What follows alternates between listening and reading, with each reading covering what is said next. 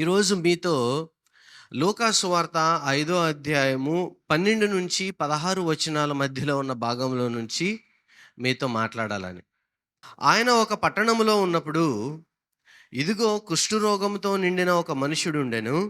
వాడు యేసును చూచి సాగిలపడి, ప్రభువా, నీకిష్టమైతే నన్ను శుద్ధినిగా చేయగలవని ఆయనను వేడుకొనెను. అప్పుడాయన చేయి చాపి వానిని ముట్టి, నాకిష్టమే, నీవు శుద్ధుడువు కమ్మని అనగానే కుష్ఠరోగము వానిని విడిచిపోయెను. అప్పుడాయన, నీవు ఎవనితోనూ చెప్పక వెళ్ళి వారికి సాక్షార్థమై నీ దేహమును యాజకునికి కనబరుచుకొని, నీవు శుద్ధుడవైనందుకు మోషే నియమించినట్టు కానుకలను సమర్పించమని ఆజ్ఞాపించెను. అయితే ఆయనను గూర్చిన సమాచారము మరి ఎక్కువగా వ్యాపించెను. బహుజన సమూహములు ఆయన మాట వినుటకును తమ రోగములను కుదుర్చుకొనుటకును కూడివచ్చి చుండెను. ఆయన ప్రార్థన చేయుటకు అరణ్యములోనికి వెళ్ళుచుండెను. ఇక్కడ సందర్భం ఏంటంటే, పోయిన వారం నేను మీకు నేర్పించాను. 11 వచనాల్లో మనం ఏం చూసాం? ఆయన తిబిరయ సముద్రము లేదా గలిలయ సముద్రము చుట్టుపక్కల ఆయన తన పరిచర్యను చేసి, అక్కడ మరి ఒక ఓడ మీద, చిన్న నావ మీద కూర్చుని ప్రసంగం చెప్పాడు కదా! అది అయిపోయిన తర్వాత అక్కడి నుంచి ఆయన ఆయా ప్రాంతాలకు వెళుతూ ఉన్నాడు. గలిలయ ప్రాంతంలోనే నడుచుకుంటూ ఆ ప్రాంతాల్లో ఆయన పరిచర్య చేస్తూ, మాట్లాడుతూ వెళుతూ ఉన్న సందర్భం. ఆయన వెళుతూ ఉన్నప్పుడు ఒక ఊరికి వచ్చారు. ఒక చిన్న పట్టణానికి, పల్లెటూరు లాంటి దానికి వచ్చారు. వచ్చినప్పుడు అక్కడ జరిగిన సందర్భాన్ని ఈరోజు మనం చూస్తూ ఉన్నాం. లూకా సువార్త 5వ అధ్యాయము 12-16 వచనాల మధ్యలో ఉన్న ఈ భాగము, మత్తయి సువార్త 8వ అధ్యాయము 1-4 వచనాల్లోను, అలాగే మార్కు సువార్త 1వ అధ్యాయము 40-45 వచనాల్లో ఇదే భాగం కలిగి ఉంటుంది. ఇంతకీ అసలు యూదా మతంలో, ఇజ్రాయేలు దేశంలో అన్‌క్లీన్ అంటే ఏంటో చూద్దాం. కుష్ఠరోగము వచ్చిన తర్వాత ఇక ఆ వ్యక్తిని పాళెములో ఉండకూడదు అని లేవి కాండంలో 13వ అధ్యాయము 45, 46 అలాగే 49 వచనాల్లో ఆజ్ఞ ఇవ్వడం జరిగింది. చూడండి, లేవి కాండము 13వ అధ్యాయము 45-46 వచనాలు. ఆ పొడగల కుష్ఠరోగి వస్త్రములను చింపివేయవలెను, వాడు తల విరబోసి కొనవలెను, వాడు తన పై పెదవిని కప్పుకొని అపవిత్రుడును అపవిత్రుడును అని బిగ్గరగా పలకవలెను. ఆ పొడవానికి కలిగిన దినములన్నీయు వాడు అపవిత్రుడయుండును. వాడు అపవిత్రుడు గనుక ప్రత్యేకముగానే నివసింపవలెను. వాని నివాసము పాళెమునకు వెలుపల ఉండవలెను. 49వ వచనం.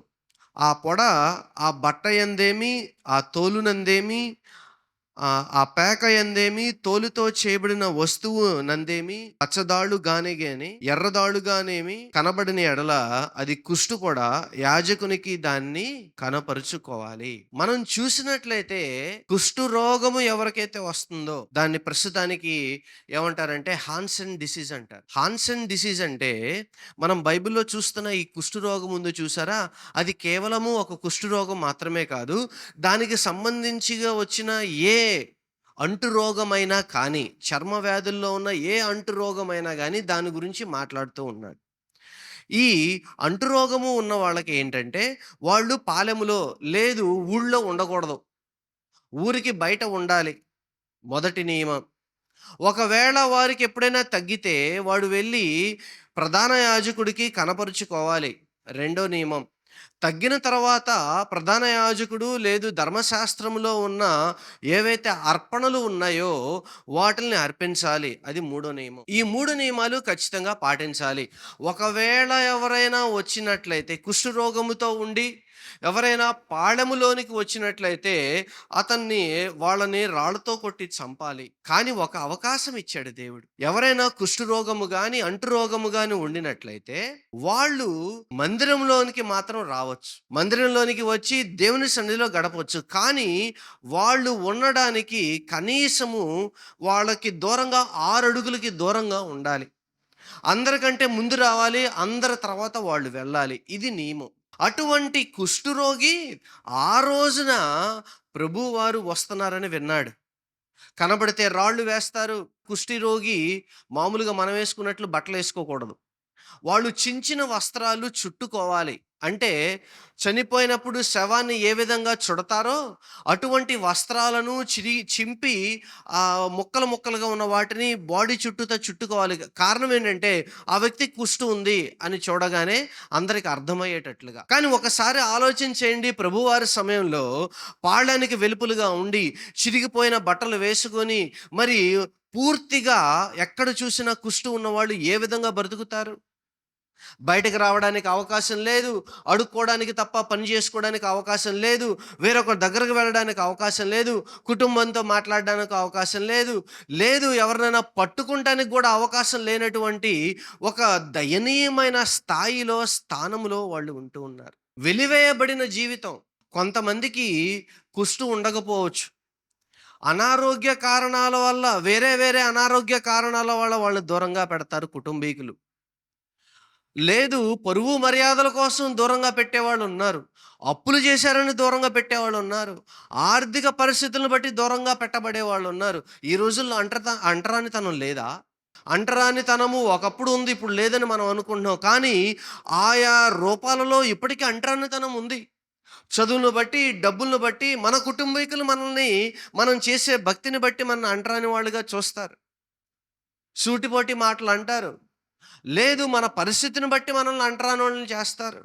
అసలు విచిత్రం ఏంటంటే, భారతదేశంలో మనల్ని ఎన్ని ముక్కలుగా చేశారో నాకే అర్థం కావట్లా. ప్రాంతాన్ని బట్టి నార్త్ ఇండియా, సౌత్ ఇండియా అంటారు.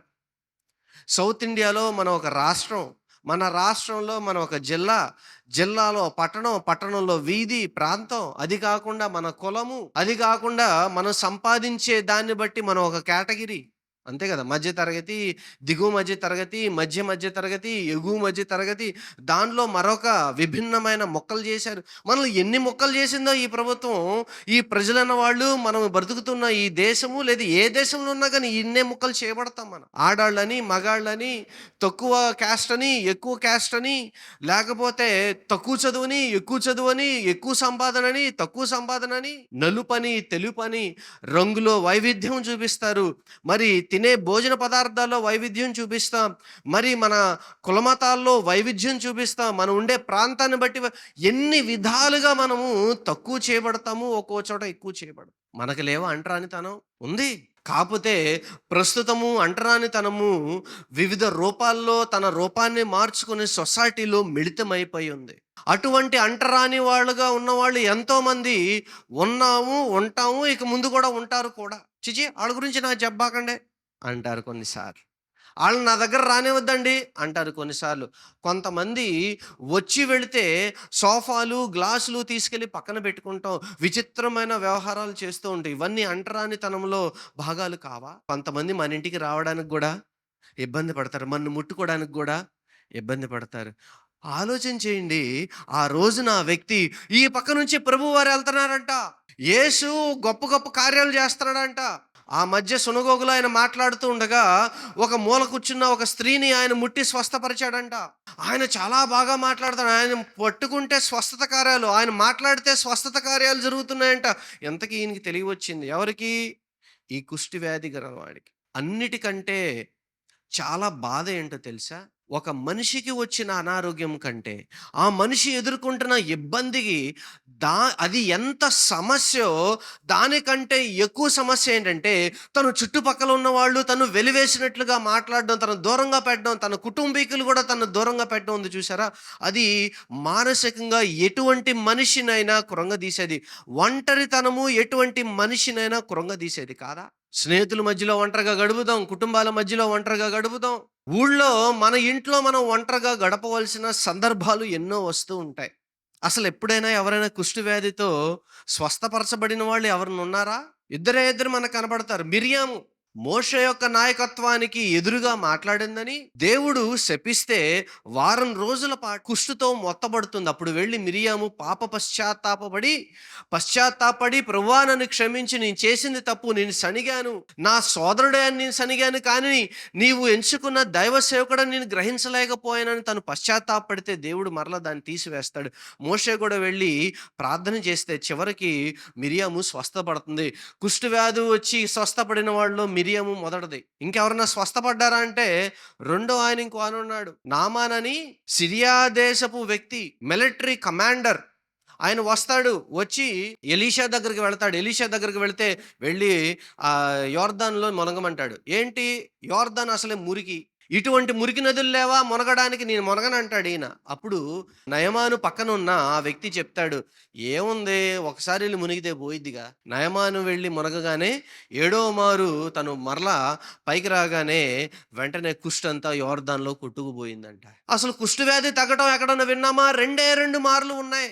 లూకాసు వార్త 7వ అధ్యాయం 22లో మీరు ఒక సందర్భం చూస్తారు. అదేంటంటే మెస్సయా వచ్చినప్పుడు ఎలీషా కాలములో పోగొట్టినట్లుగా అద్భుతాలు చేయబడతాయి, స్వస్థత చేయబడతారు, కుష్టి వ్యాధి వెళ్ళగొట్టబడుతుంది, రోగములు వెళ్ళగొట్టడానికి మెస్సయా వస్తాడు. మెస్సయా వచ్చినప్పుడు కుష్టి వ్యాధి తగ్గించబడుతుంది. ఆ రోజున ఇశ్రాయేలీలందరూ ఎదురు చూస్తూ ఉంటారు. మెస్సయా వచ్చినప్పుడు చేసే పనుల్లో ఒక పని ఏంటంట, కుష్టి వ్యాధిగ్రస్తుల్ని స్వస్థపరచడం. చూడండి లోకాసు వార్త 7:22. అప్పుడు ఆయన, మీరు వెళ్ళి కన్న వాటిని విన్న వాటిని యోహానుకు తెలుపుడి, గుడ్డివారు చూపు పొందుతున్నారు, కుంటివారు నడుచుచున్నారు, కుష్టు రోగులు శుద్ధులగుచున్నారు, చెవిటివారు వినుచున్నారు, చనిపోయిన వారు లేపబడుతున్నారు, పేదలకు సువార్త ప్రకటింపబడుతున్నది. ఎందుకు చెప్పాడు? యెషయా గ్రంథము 35వ అధ్యాయము 5వ వచనం 6వ వచనం. గుడ్డివారు కనులు తెరవబడును, చెవిటివారు చెవులు విప్పబడును, కుంటివాడు దుప్పివలే గంతులు వేయును, మోగవాని నాలుక పాడును, అరణ్యములో నీళ్లు ఊపుకును, అడవిలో కాలువలో పారును. ఇదంతా ఏంటంటే మెస్సయా వచ్చినప్పుడు జరగబో వాటిని గురించి యెషయా గ్రంథంలో చెప్పబడుతూ ఉన్న ప్రవచనం. ఇప్పుడు 12వ వచనంలోనికి వెళదాం. ఆయన ఒక పట్టణంలో ఉన్నప్పుడంట, ఆ పట్టణంలో చివర్లో ఒక కుష్ఠరోగి ఉన్నాడట. ఆ కుష్ఠరోగి యేసును చూచి ఏం చేశాడంట, సాగిలపడి బొక్కబార్లా పడుకుని, ప్రభువా నీకిష్టమైతే శుద్ధుణ్ణి చేయి. ఈరోజు నేను మిమ్మల్ని ఒక ప్రశ్న అడుగుతా, మీ అవసరత మీకు ఎంత బాగా తెలుసు? అసలు మీ అవసరత మీరు ఎంత బాగా దేవునికి చెప్తూ ఉన్నారు? మీలో స్వస్థత కావాలని మీకు తెలుసు. అయితే ఆ స్వస్థత ప్రకారంగా మీరు ఏ విధంగా దేవుణ్ణి అడుగుతూ ఉన్నారు? ఇక్కడ ఏం చేస్తా ఉన్నాడంటే సాష్టాంగపడి అడుగుతూ ఉన్నాడు. ప్రభు స్వస్థపరచగలడని నమ్మడం మాత్రమే కాదు, ఆ స్వస్థత కావాల్సిన ధైర్యమును కూడా ఈ కుష్ఠరోగి చూపిస్తున్నాడు. అమ్మో, దగ్గరికి వెళ్తే నన్ను రాళ్లతో కొట్టి చంపేస్తారేమో అనుకోవాలా, భయం పక్కనుంది. కానీ కావాల్సిందేంటి? స్వస్థత. ఒక్కోసారి మన అవసరతలు మనకు తెలిసినప్పటికీనండి, కొన్ని రకాలైన భయాలు మనల్ని ఏం చేస్తాయంటే ఎప్పుడు మనల్ని ఎక్కి తొక్కుతూ ఉంటాయి, మనల్ని రైడ్ చేస్తూ ఉంటాయి, మనల్ని నడిపిస్తూ ఉంటాయి. మన భయము మన దేవుని దగ్గరికి వెళ్లకుండా అడ్డుపడుతుంది. మన భయము మన దేవుని దగ్గరికి వెళ్ళి మనకు కావాల్సింది అడగకుండా అడ్డుపడుతుంది. భయం పెట్టింది ఎవరో తెలుసా? మనుషులు పెట్టింది కాదు.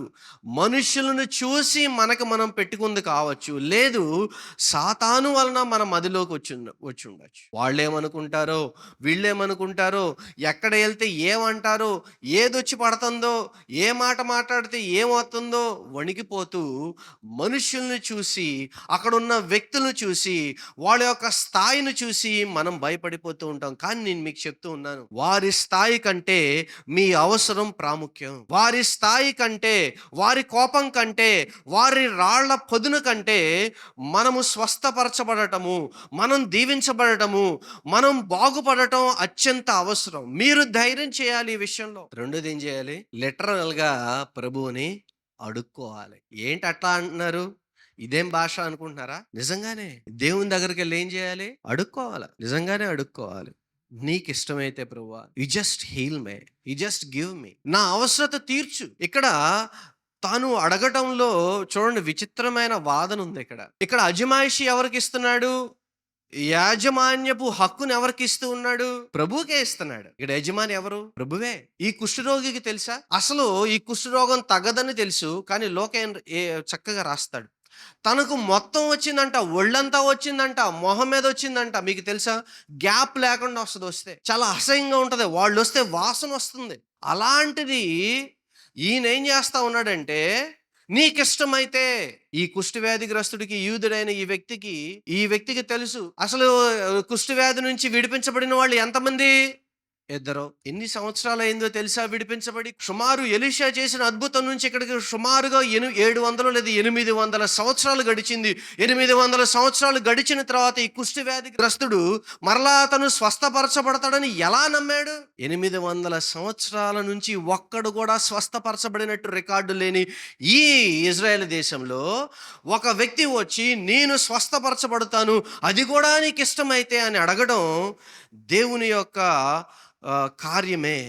ఆయనను మెస్సయ్యగా గుర్తించడం కాక మరి ఏంటి చెప్పండి? యోహాను కంటే, బాప్తిసమిచ్చి యోహాను కంటే గొప్పవాడు అంటారు నేను ఒక సందర్భంలో. ఎందుకని? తాను నమ్మాడు, తాను మెస్సయ్యను నమ్మాడు, ఈ రక్షకుడిని నమ్మాడు, స్వస్థపరచగలడని నమ్మాడు. కాబట్టే సాష్టాంగ నమస్కారం చేసి అనుకుంటాను నేను, ఈ కుష్ఠవ్యాధిగ్రస్తుడు ఉంటే ఉంటే పోతే పోయాం, ఎలాగూ ఈ బతుక్కి విలువ లేదు, కొద్దిగా ధైర్యం చేసితే దేవుని దగ్గరికి వెళ్తే, ప్రభు దగ్గరికి వెళ్తే, స్వస్థపరచబడితే నేను ఎంతో సంతోషిస్తాను కదా, పూర్వపు మనిషిని అవుతాను కదా, నాకు మంచి జీవితం వస్తుంది కదా అని నమ్మి ధైర్యం చేసి ముందుకు వెళ్ళాడు. రెండవది 13వ వచనం నుంచి చూద్దాం. అప్పుడు ఆయన చెయ్యి చాపి వానిని ముట్టి నాకిష్టమే అన్నాడంట. అంటం కూడా ఎప్పుడు అన్నాడు చెప్పండి? చెయ్యి చాపాడంట, సాష్టాంగ పడ్డాడు. ఇప్పుడు నేల మీద పడుకుని ఉన్నాడు.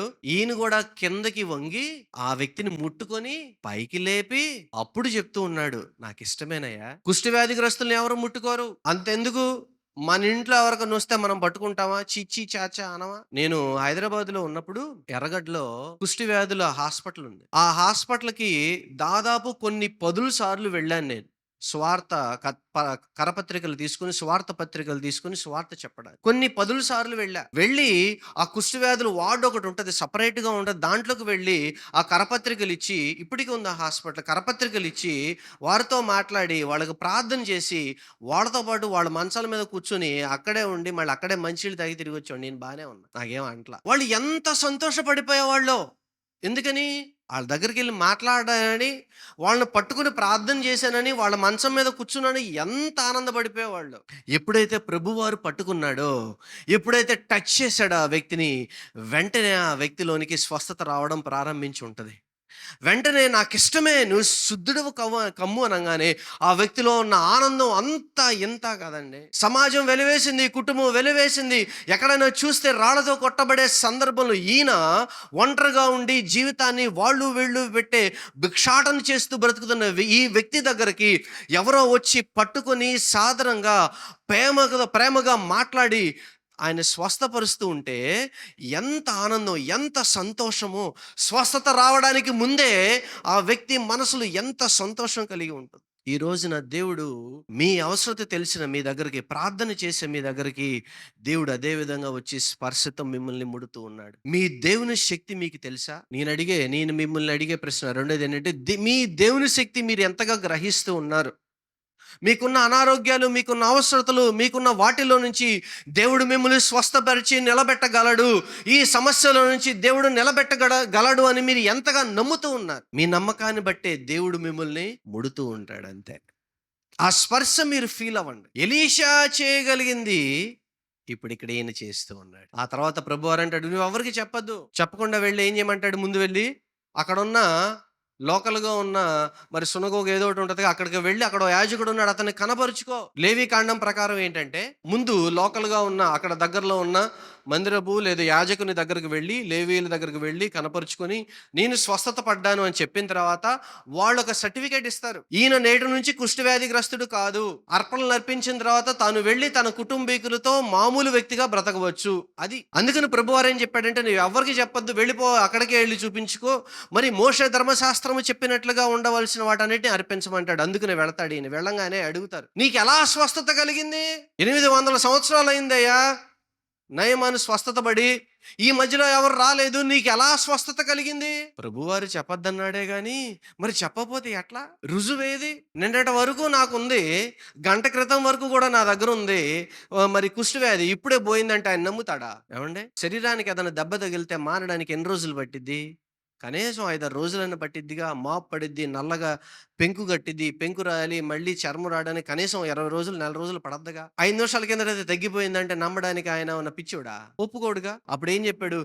ఆయన ఒక బోధకుడు వచ్చాడు, యేసు వచ్చాడు, నేను సాష్టాంగపడ్డాను, శుద్ధుడు కమ్మంటే నన్ను పట్టుకున్నాడు, వెంటనే పోయింది, చూడు నా ముఖం మీద ఏమీ లేదు, నా దాని మీద ఏం లేదని రెబ్బలుగా కట్టిందంతా తిప్పి చూపించాడు. ఎక్కడా కనపడతలేదు, నిజంగానే నువ్వు స్వస్థత పడ్డావయ్యా, ఇదిగో సర్టిఫికేట్, వెళ్ళిన చోటల్లా ప్రారంభించాడు. కుటుంబం దగ్గరికి వెళ్ళి ఉంటాడు, నేను అనుకుంటాను, గెంతుకుంటూ కుటుంబం దగ్గరికి వెళ్ళి ఉంటాడు. ఇదిగో తన భార్య దగ్గరకో లేదా కుటుంబీకుల దగ్గరికి వెళ్ళి వాళ్ళతో ఏడుస్తూ చెప్పుంటాడు, ఇదిగో నేను స్వస్థత పడ్డాను, నేను ఇంట్లోకి రావచ్చు, నేను పని చేసుకోవచ్చు, మీతో బతకవచ్చు. ఆయన చెప్పొద్దన్నాడే కానీ చెప్పకుండా వీలవుద్దా? అవ్వదు కదా. నువ్వు ఎలా స్వస్థపడ్డావు? చుట్టుపక్కల వాళ్ళందరూ వచ్చి ఉంటారు, నీకు స్వస్థత ఎలా వచ్చింది, నీ కుష్ఠరోగం ఎలా తగ్గింది చెప్పడం ప్రారంభించాడు. యేసని ఆయన వచ్చాడండి, నేను ఆయన దగ్గరికి వెళ్ళానండి, సాష్టాంగ నమస్కారం చేశానండి, ఆయన స్వస్థపరిచారండి బాబు అని చెప్పడం ప్రారంభించాడు. దీంతో ప్రభువారు ఎందుకు చెప్పొద్దు అన్నారని 2 కారణాలు. మొదటిది ఏంటంటే, నేను మీకు మొదట్లోనే చెప్పా, అదేంటంటే కుష్టు తగ్గించగలిగిన ఒకడు వచ్చాడని తెలిస్తే దాని గుర్తేంటి? యెషయా గ్రంథంలో మనం చదువుకున్నాం. ఏంటి దాని గుర్తు? మెస్సయ్య వచ్చాడని వాళ్ళందరికీ తెలిసిపోతుంది. పొలిటికల్గా ప్రాబ్లం అవుతుంది. ఆయన చేయవలసిన పరిచర్యకి ఎక్కడ అడ్డుపడతారో అని ఆయన సీక్రెసీని మెయింటైన్ చేయమన్నాడు. అది ప్రధానమైన విషయం. ఇప్పుడు యాజకుడికి తెలిసింది, ఇక్కడ నుంచి యెరూషలేము వెళ్తే ప్రధాన యాజకుడికి తెలుస్తుంది, యోధా మతములో ఉన్న వారందరికీ తెలుస్తుంది, ఇదిగో కుష్ఠవ్యాధిని తగ్గించగలిగిన ఒకడు వచ్చాడు అంటే వెంటనే యెషయా గ్రంథం మీదకి చూపు వెళుతుంది. అప్పుడు మెస్సయ్య వచ్చాడని తెలిసిపోతుంది. ఈ మెస్సయ్య కాదు, వేరే మెస్సయ్య కదా, మనకి రాజుగా రావాలి కదా అని చెప్పి వాళ్ళు ఎలాగో నమ్మరు కాబట్టి ఇప్పుడే చెప్పడం ఆయనకి ఇష్టం లేదు. రెండో కారణం ఏంటంటే, మనం 15 వచనంలో చూస్తాం, ప్రజలందరికీ తెలిసిపోయి వెళ్ళి ఆయన మీద పడుతున్నారంట, మమ్మల్ని స్వస్థపరచు, మాకు అది కావాలి, మాకు ఇది కావాలి అని. ఆయన ప్రజల అటెన్షన్ కూడా ఎక్కువగా కోరుకునేవాడు కాదు కాబట్టి మనం 16 వచనంలో మనం చూస్తాం, ఆయన మెల్లగా అరణ్యంలోనికి వెళ్ళి ప్రార్థన చేసుకోవడానికి ఒంటరిగా వెళ్ళిపోయాడట. తాను చేయవలసిన పరిచర్యకి ఆటంకము కలగకూడదని రహస్యంగా ఉంచమన్నాడే కానీ ఈ రోజున మనం రహస్యంగా ఉంచాల్సిన అవసరం లేదు. ఈ రోజున దేవుడు మీకు ఏదైనా చేస్తే రండి, సాక్ష్యం చెప్పండి, దేవుడు నన్ను రక్షించాడు, దేవుడు నన్ను కాపాడాడు, దేవుడు నన్ను స్వస్థపరిచాడు చెప్పండి. అప్పుడు రహస్యం, ఇప్పుడు ఎందుకండి? మొదటిది, మీ అవసరం మీకేం తెలుసు. రెండవది, మీ అవసరమును తీర్చగలిగిన ప్రభువు గురించి మీకేం తెలుసు. మీ ప్రభువు గురించి మీకేం తెలుసు. మీరు ఏ స్థాయిలో ఉన్నా, ఎటువంటి కష్టంలో ఉన్నా, మీరు ఎంతమంది మధ్యలో ఉన్నా, మీ చుట్టాలు, మీ అయిన వాళ్ళు, మీకు దగ్గరగా ఉన్నవాళ్ళు, కన్నవాళ్ళు మిమ్మల్ని దూరంగా పెడుతున్నట్లయితే ఇదిగో ఈ దేవుడు ఈరోజు మిమ్మల్ని ముట్టి స్వస్థపరుస్తాడు. ఈయన మీ దగ్గరకు వచ్చి మీతో పాటు ఉండి మిమ్మల్ని ఉద్ధరించేవాడే ఉన్నాడు. కొన్నిసార్లు స్వస్థత జరగవచ్చు, కొన్ని విషయాలకు స్వస్థత జరగకపోవచ్చు. దాన్ని బట్టి మీ భక్తి, మీ విశ్వాసము, మీ నమ్మకము ఆధారపడి ఉండకూడదు. కొన్నిటిని దేవుడు అనుమతించాడు అంటే వాటి వలన మనకి ఏదో జరగబోతుంది, నష్టమో లేదా అక్కర్లేనిది ఏదో జరగబోతుంది. కాబట్టి పెద్దదైన నష్టం కంటే చిన్నదైన నష్టంతో పోవడం మంచిది. కాబట్టి దేవుడు కొన్ని మార్లు కొన్నిటిని అనుమతిస్తాడు. దాన్ని కూడా మనం అంగీకరించాల్సిందే. మీ అవసరంలో దేవుడు మిమ్మల్ని స్పర్శించాలి, ఎక్కడ ఆయన ముట్టాలి, ఎక్కడ స్వస్థపరచబడాలని మీరు కోరుకుంటున్నారు. రెండవది, మీ దేవుని శక్తి గురించి, దేవుని గురించి మీకు ఎంత తెలుసు. మీరు ఎంతగా నమ్ముతున్నారు తెలుసు, కానీ ఎంతగా ఎక్సర్సైజ్ చేస్తూ ఉన్నారు, మీ విశ్వాసం మీద మీరు ఎంత ఆధారపడుతూ ఉన్నారు అడగండి. ప్రభువా నన్ను స్వస్థపరచండి, నా మీద మీ స్పర్శను ఉంచండి, నా ఆత్మ మీద, నా మనస్సు మీద, నా పరిస్థితుల మీద, నా కుటుంబం మీద, నా శత్రువుల మీద, నన్ను వ్యతిరేకించే వారి మీద, నా అప్పుల మీద, వీటన్నిటి మీద, నా ఉద్యోగం మీద మీ స్పర్శను ఉంచండి ప్రభువా. నేను విశ్వసిస్తున్నాను.